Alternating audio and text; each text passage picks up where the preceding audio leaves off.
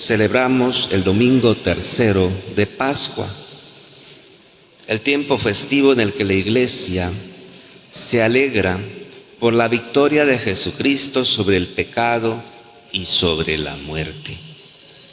El acontecimiento jubiloso de la resurrección del Señor suscita el gozo del Evangelio. El Papa Francisco nos ha invitado repetidamente a experimentar, a proclamar y a testimoniar esta alegría pascual en medio de un mundo que vive en medio de oscuridades a causa de muchos signos de muerte, tales como la violencia, la injusticia, el crimen, la pérdida de los valores más elementales, incluyendo el de la vida misma.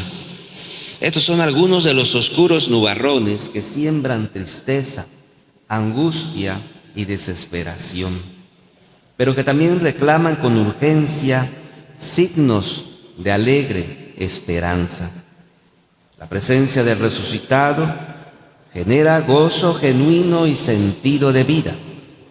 El evangelista San Lucas comenta que cuando Jesús resucitado se presentó a sus discípulos, ellos no podían creerlo, pero el motivo era a causa de la alegría.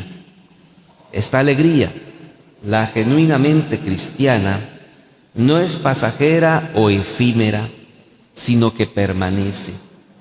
Lejos de ser una simple reacción emocional, momentánea y circunstancial, dicha alegría es ante todo una actitud que nace de la fe y de la profunda convicción de que Jesucristo vive resucitado y está presente en nuestra existencia y en nuestra historia, ya sea personal, ya sea familiar, ya sea comunitariamente.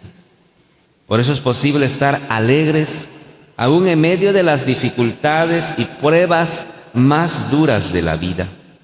El Papa Francisco, en la exhortación apostólica sobre la santidad, Gaudete et Exsultate, afirma con claridad: el santo es capaz de vivir con alegría y sentido del humor. Ser cristianos es vivir con gozo en el Espíritu Santo, porque al amor de caridad le sigue necesariamente el gozo, pues todo amante se goza en la unión con el amado.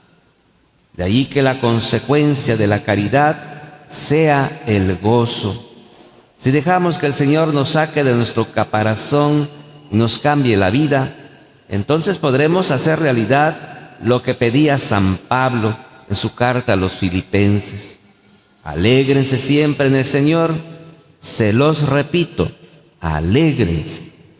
Por tanto, la fe en el resucitado se testimonia con júbilo.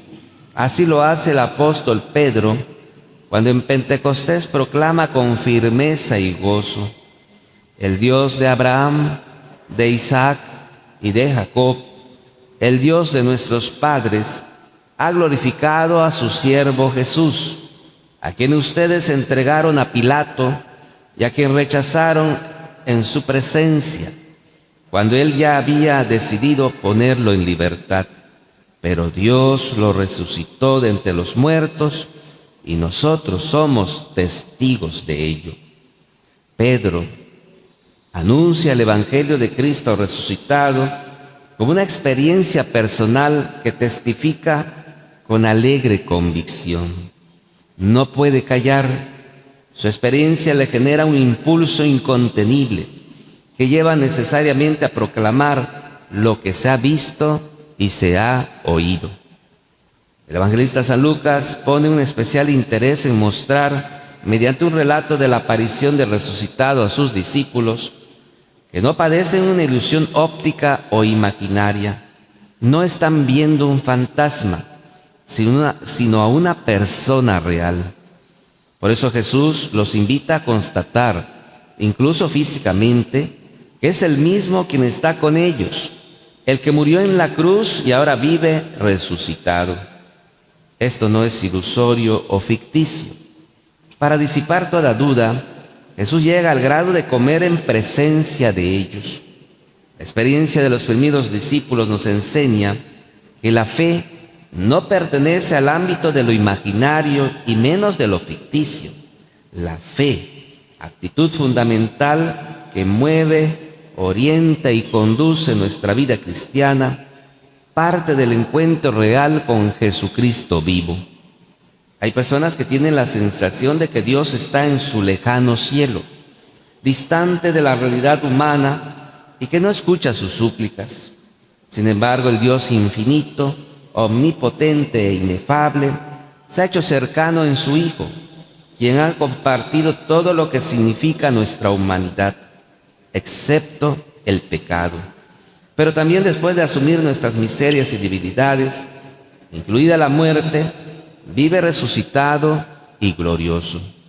Dios nos invita a conocerlo, a experimentar de su cercanía y amor, pero al mismo tiempo, como dice San Juan en su primera carta, Dios pone como prueba clara y contundente de que realmente lo conocemos si cumplimos sus mandamientos. Por eso dice San Juan, con ese cariño, con ese afecto, con ese amor: hijitos míos, quien dice yo lo conozco pero no cumple sus mandamientos, es un mentiroso y la verdad no está en él. En cambio, señala también San Juan, en aquel que cumple su palabra, el amor de Dios ha llegado a su plenitud, y precisamente en esto conocemos que estamos unidos a Él. Los queridos hermanos, queridas hermanas, es importante destacar que una vez que los discípulos experimentan la presencia del resucitado, de inmediato son constituidos en testigos. Su tarea es anunciar al mundo la salvación. 20 siglos después, a los discípulos de ahora, nos corresponde continuar la misión que nos ha dejado el Señor. No podemos dejar de anunciar con grande gozo lo que hemos visto y oído.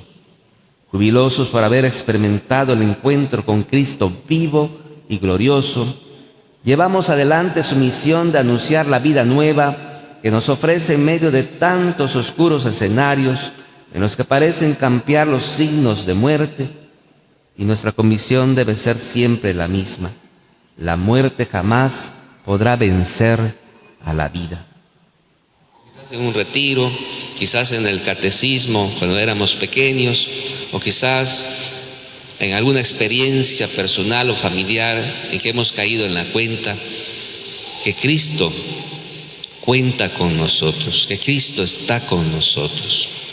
Dejemos que Cristo resucitado nos ayude con su gracia, y especialmente en cada Eucaristía Cristo se siga haciendo presente, así como se hizo presente con los discípulos y les dijo: la paz esté con ustedes. Hoy también Jesús nos dice: la paz esté con ustedes. Esa paz solamente se puede concretizar, llevar a cabo en nuestra vida, si aceptamos que Jesucristo sea el que nos dirija, el que nos vaya guiando día a día. Pidamos por intercesión de María Santísima, en su evocación a Nuestra Señora del Carmen, por intercesión de San José y de San Andrés Apóstol, que seamos conscientes de nuestro ser cristiano, como bautizados, como confirmados. Necesitamos dar testimonio de nuestra fe, hoy y todos los días, personalmente, comunitariamente, dar a conocer a Jesús. Tenemos que hablar de Jesús, pero también tenemos que mostrar la presencia de Jesús en nuestras personas. Que así sea.